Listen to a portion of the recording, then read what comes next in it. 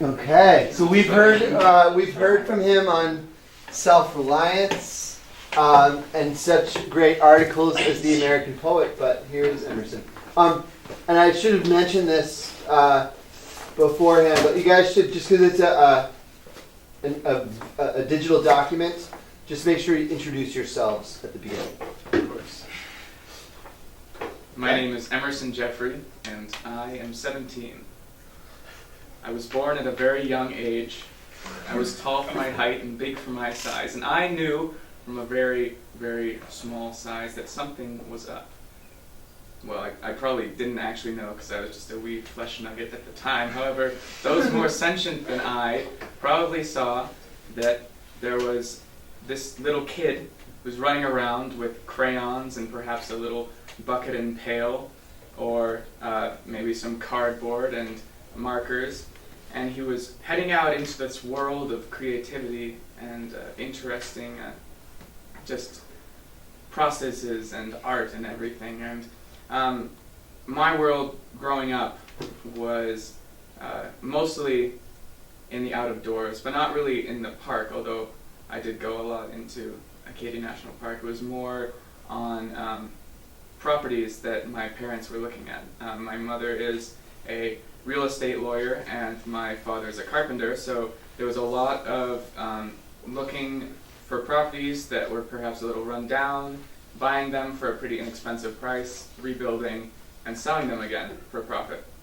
I had no idea that that was going on, but I did get to see a bunch of cool, well, often a lot of trailer homes, but some really cool like farmhouses and things that throughout my life. And I remember that the first time I ever watched the original Lion King cartoon was in one such house while my mom and dad were burning out back.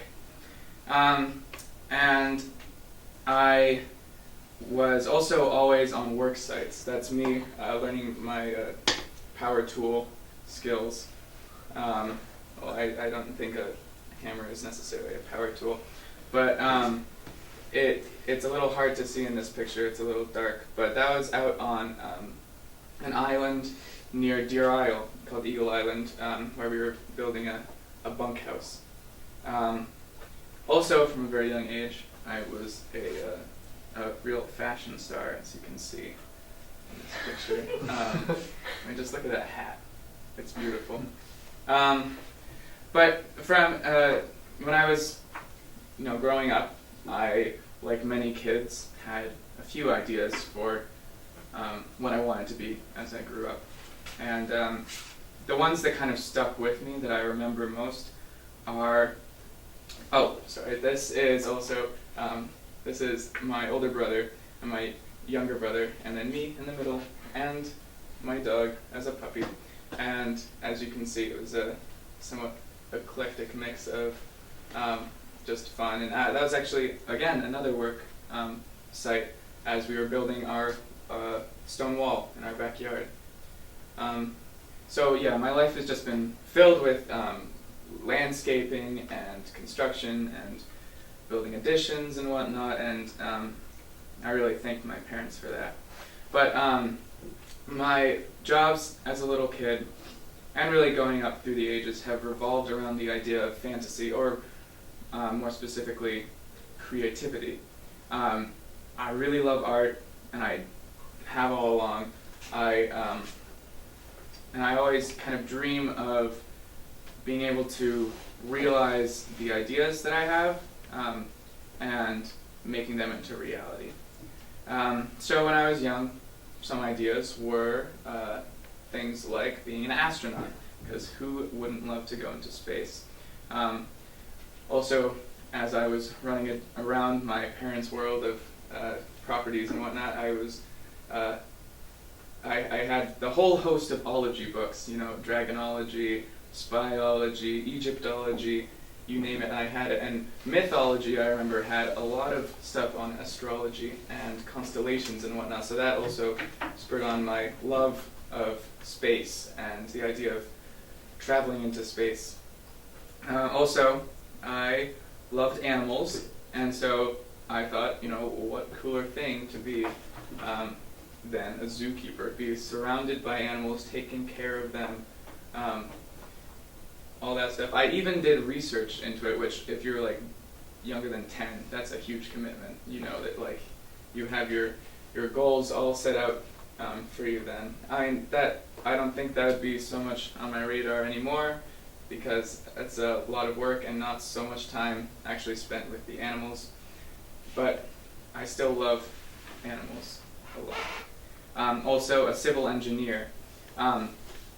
Civil engineering for me is a really interesting idea because it is kind of like sculptural work.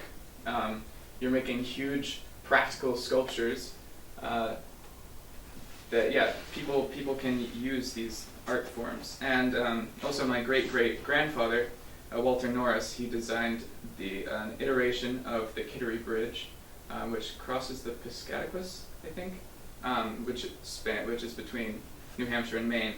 And it's been demolished now, but that was about 100 years ago. He designed a drawbridge over that river. And then, of course, what little kid doesn't want to become the president one day? Although now I know that, I've heard that it can be a little stressful sometimes. But I just thought, especially, before 2008, that I could do a pretty good job, at least better than the standing president. But as I went into middle school, I kept, my horizons kept expanding. For instance, I really loved bugs, so I wanted to become an etymologist. 2 stories, both quick. When I was really young, I had a cardboard house that my mom helped me make. This was probably when I was like 6 or 7. And I painted the outside, and I drew like little couches and chairs and things on the inside, furnishing it. And I called it the Bug Hotel. And I tried to catch bugs and put it in there, but it was like way out of proportion, so they generally escaped and crawled around our basement for a while. But that was really fun. Second story, I visited my aunt and uncle out in Illinois, who are both biologists, and we were on a walk with them, and underneath this huge elephant tree, which if you haven't seen them, they have these like massive, probably 2-foot diameter roots that just like crawl over the rocks and things on the landscape. And underneath one of those, in a little sandy pit, was there were these little like conical holes. And my aunt said that they were sand lion holes. And I read the Moomintroll books growing up, and I don't know if you know them, but there were sand lions in there which were, they also burrowed down into the holes, except they were like the size of actual lions, and they had lions' heads. And so that was confusing for me at first, but that definitely spurred on my love of bugs and everything to do with them. Also, biologist again. My aunt and uncle are both biologists. Another of my uncles is a marine biologist, and so I'm just kind of surrounded by people who are dedicated to the study of the life. Also veterinarian, again, I love animals, and I thought, if I can't live with them, why not take care of them, make sure they don't get sick, or get better if they do get sick. And mycologist, another kind of weird one, but I always loved mushrooms, and I thought, this was mostly like towards 7th and 8th grade, I thought that mushrooms are just so easy to grow, and they grow in such diverse climates and areas that I could, if you could genetically modify them or something, make them more nutritious, they could solve all the world's problems. That's probably not true, and they're also hard to genetically modify, so I don't know. But I do still really like mushrooms. They're just such an interesting life form. And from there, this is entering high school is when most people will then say, okay, I have all these ideas for what I want to become. what do I really want to do with the rest of my life? What should I focus on in high school? Unfortunately for me, I did not have quite so easy a time. As soon as I got into high school, things just kind of started going downhill quickly. First, I thought, why not be an artist? My grandmother's an artist and an old art teacher, and I love art, so that would be a huge possibility. Or maybe an author. I have loads of ideas. My dad originally wanted to become an author when he went into college, but I'm just not very good at actually making product. Or a sustainable architect. It just combines the environment and design. It's again like civil engineering. It's a huge practical sculpture that also is good for the earth. Or game design, or Dungeons and Dragons. I love Dungeons and Dragons. I played it from a very young age. You can laugh if you want to, but I'm always looking for new players. I'm looking at you, Andrew. Or maybe interior designer, or hermit, or commune leader, or commune member, or maybe a politician, or public speaker, or a voice actor. I love acting, especially doing different like accents and styles and whatnot, and I would especially love to go into podcasting and that kind of thing. Or just a regular old actor for the same reasons. I really respect the emotional power behind acting and the possibilities that are present with that. Also a linguist. I have recently discovered that I really love language, especially conlanging or making my own languages. For instance, that picture is of Game of Thrones. The Dothraki language is actually a real language. I mean, it's not real as in it's real world, but someone did actually make a full grammar for it. Also, fun fact, Parseltongue from Harry Potter, that's also an actual speakable language. And an interesting one is what I call kind of a fantasy dramaturge. While a dramaturge is someone who researches plays and say a play takes place in the 1500s, they would research what the 1500s, what you would wear in the 1500s, what you would eat in the 1500s, that kind of thing, and make sure every little detail is correct. While a fantasy dramaturge would be looking at a fantastic world and developing the culture behind it and making it more three-dimensional and fleshed out. I think that would be a really interesting kind of world-building experience and job to have. Or cartographer, maybe beekeeper, or musician, again an awesome medium for creative processes, or a conductor, or a composer, or maybe a computational designer, because I've always thought that I have an idea for what I want to make, and always when I actually make it, it falls just short of what I want it to be. And so if I could potentially make a computer program that can match what I want, or even go beyond what I want, that would really be the epitome of an amazing creation.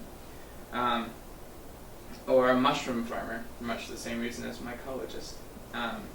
Or just a regular old farmer. So with all of these 20 some odd job ideas, how do I choose what I actually want to become?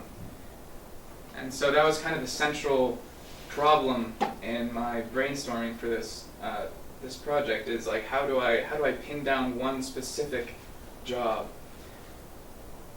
Basically, the short answer is I can't. So I chose the top three. Top three I found were writing, sustainable architecture, and voice acting. Again, how do those three work together? They don't really. So I have to find some sort of medium for those. I mean, you could potentially rig something artificial, like traveling the world, writing and podcasting about various sustainable architecture programs, but that's, and that is possible, but it just doesn't seem very plausible. And so, basically, despite what I choose for my career, I'm going to have other hobbies and things, which is kind of what I've known all along. And so, out of these three, I would say that sustainable architecture has the best outcome for the earth, for myself, allows me to realize my my ideas and everything. And so to learn more about sustainable architecture, I talked to Dan Thomason, who is he is a local carpenter. He went to architecture school at the Boston Architectural College here.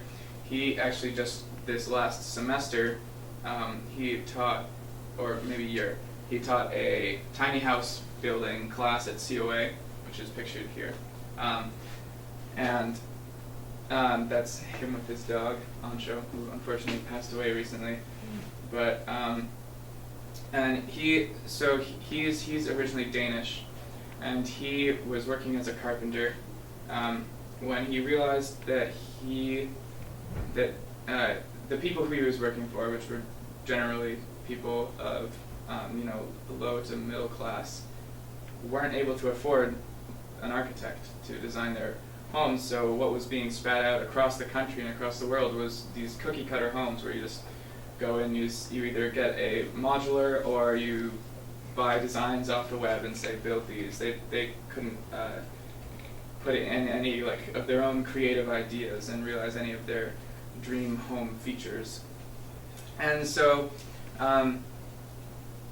he basically, when I asked him about sustainable design specifically, he said basically that it was such a broad term that he'd kind of be amazed if it wasn't integrated into our building and our design and everything, which I really hope that he's right, and I think so too. That it just seems like such a, oftentimes it's not just sustainable and environmentally friendly, but it's also economically friendly. You save energy and you save the time of maintenance and all that, and so that was really interesting insight into the field. Now, over the next year or so, there's not really much I can do for developing my ability in architecture and whatnot, since we don't really have a class at the high school. So basically, I just have to work hard in my general academics. But beyond that, at college, I have a few choices. My top choice right now, top safety, would be University of Massachusetts in Amherst. There's a 60% acceptance rate.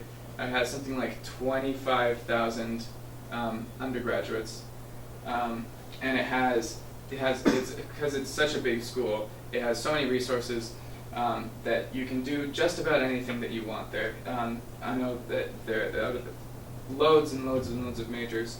There's sustainable design, architecture, and environmental science that I can take, and that would satisfy what I would need to follow this career.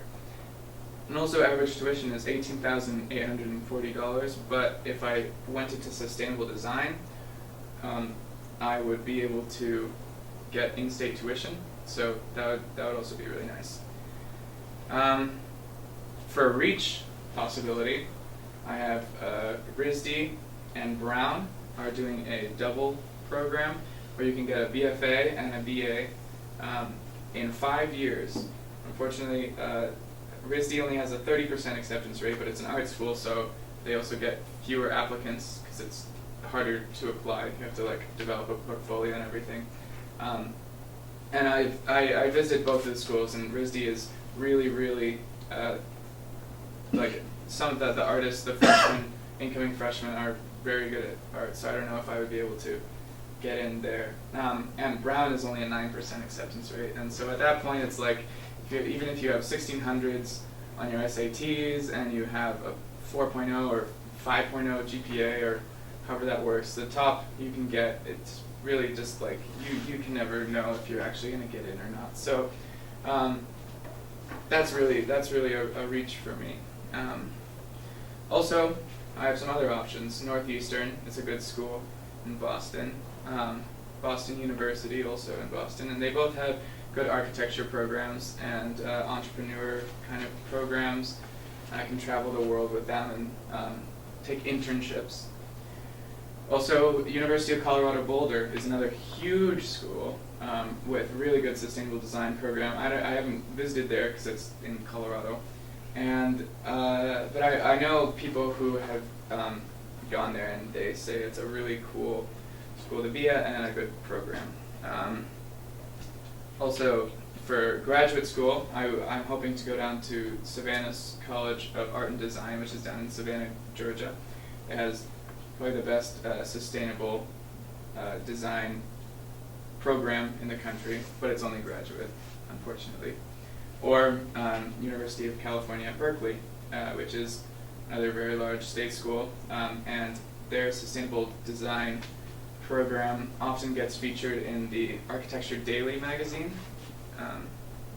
which is really good. And then beyond that, I have some more ideas. For instance, Yestermorrow, which is a design build school in Vermont, and Finca Bella Vista, which is it's kind of an alternative community in Costa Rica where they only live in tree houses, which seems really awesome to me, and to go down there and help design and build some tree houses. As also Arco Santi is a commune in Arizona, where Paolo Soleri, who coined the term arcology, meaning architecture and ecology combined, where he developed the original plans for it, and he died about a decade ago. But they're kind of continuing on in his dream, his plan, and it's a really interesting concrete sculpted community also down there. And also just, it's beautiful. I would love to live in Costa Rica. And so, in the words of my own language, which I am developing right now, Die Konant ot Kutaar, or thank you.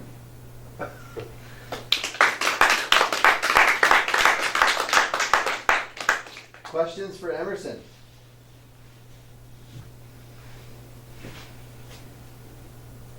Oh, come on now. What about the software? Like, what is this cool slideshow software you're using? I'm just using Keynote. Yeah. Is that the circles you were doing at the beginning? Is that like a new feature of Keynote or something? It's basically if you just take the shapes, take a circle shape, and then you can drag a picture over it, and it uses the circle as a mask. Oh, cool. Yeah. Do you guys all know that? Like, Wait, but how do you get up to like? What's like how to populate the? You can go to the animation feature up in the top right and have them move around and scale differently. You can also do that in slides. It's Yeah, harder though. it's a little. Right. I was wondering. That's so smooth. That was great. You guys, come on. You have at least one Yes, question. Emily. How developed is your language that you're? I think I have around 100 words, but I have most of the grammar. So I can make some pretty in-depth sentences. It takes a really long time for me at this point because I only know like a few of the words, but I'm trying to make it. That's partially because I'm kind of trying to make it as different from English as possible. So it's fun. Yes, Megan.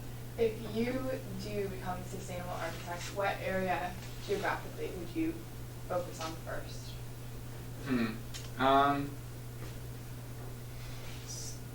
That's hard. I feel like America has a lot of issues in that there's just kind of the suburban sprawl of cookie cutter houses that are just like they it's not that they're necessarily pouring out smoke and carbon and terrible and waste into our ecosphere constantly, but they're just like there's enough of a gradual burn. If kind of the the status quo can become sustainable design, then that would be ideal for me. Making affordable and kind of normal designs for everyday people. Yes, Robbie. What careers, if you got like a degree in sustainable architecture, could you see yourself going into? Like freelance or? Well, that is a little difficult. I can see myself as a design build kind of person, so designing and also building. Makes sense. A property or a building.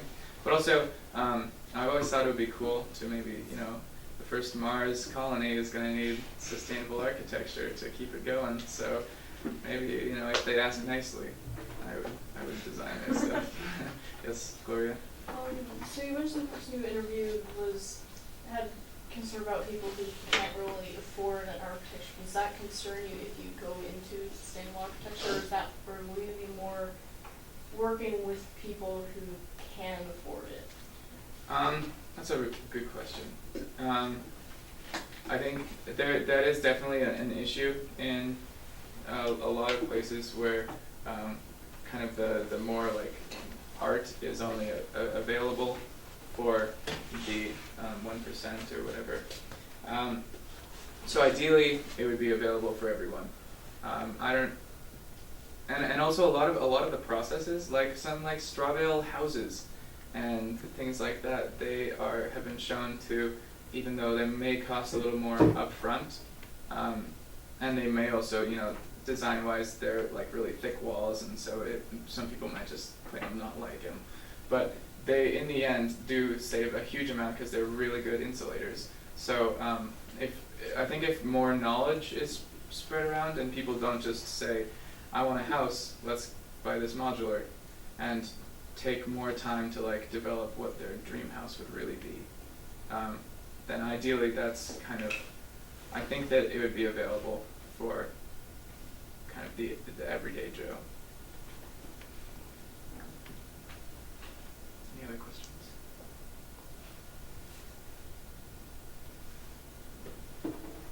Hey, thank you.